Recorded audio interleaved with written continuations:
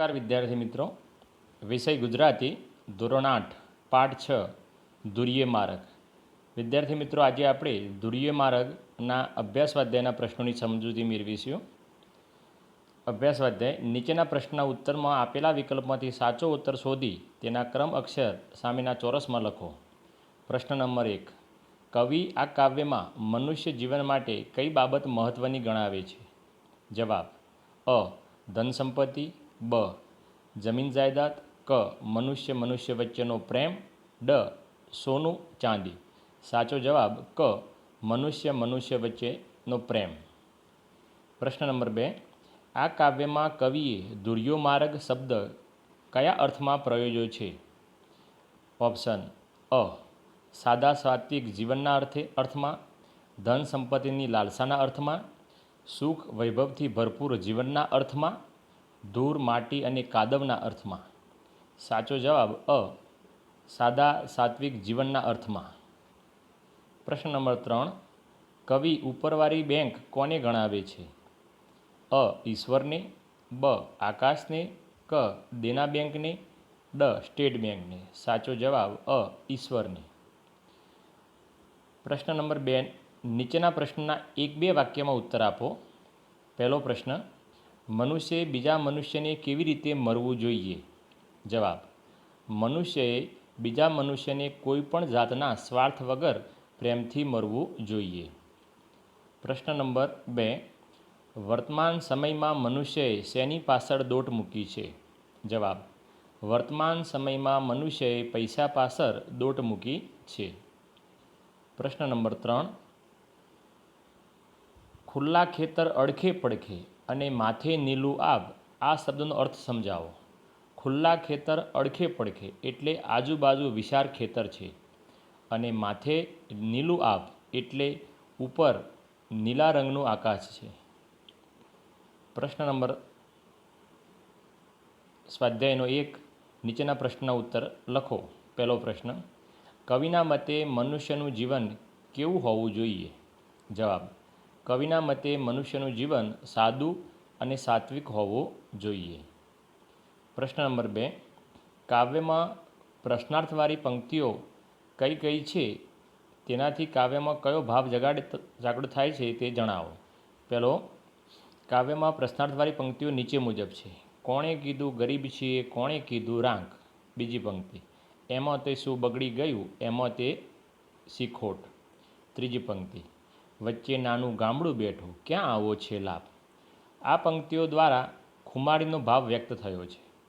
કવિએ અહીં પરમેશ્વરના ભરોસા રાખી અને નૈસર્ગિક વાતાવરણમાં સ્વમાનથી જીવન જીવવાની વાત કરી છે. પ્રશ્ન નંબર 3. ધુરીય માર્ગ એટલે શું? આ માર્ગે ચાલવામાં કયા કયા લાભ કવિ ગણાવે છે?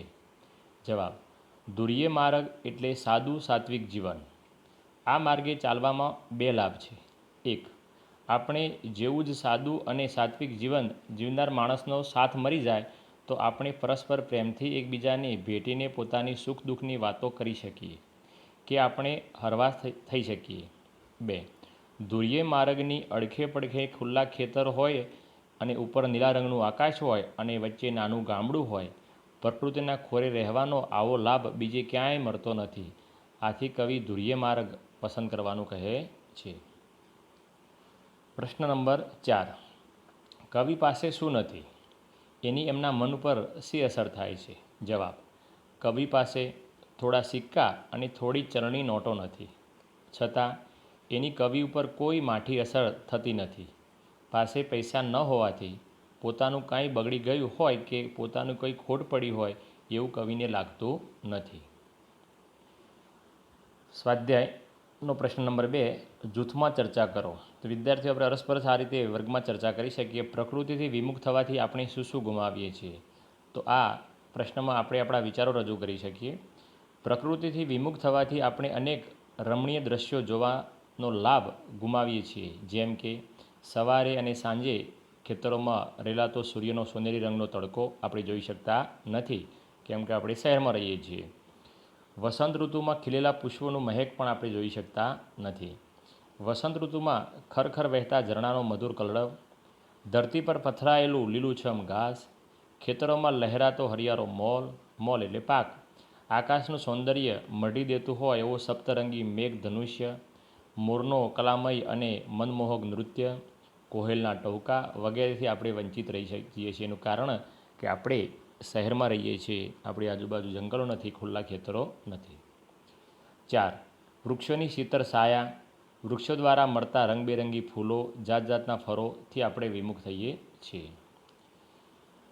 પ્રશ્ન નંબર 2. સંતોષી નર સદા સુખી, આ કહેવતને સમજાવો. જવાબ: આજે જે ગરીબ છે તે અમીર થવાની દોડમાં લાગે છે, અને અમીર છે એ અમીરોની હરોળમાં સૌ પ્રથમ આવવાની દોડમાં લાગે છે.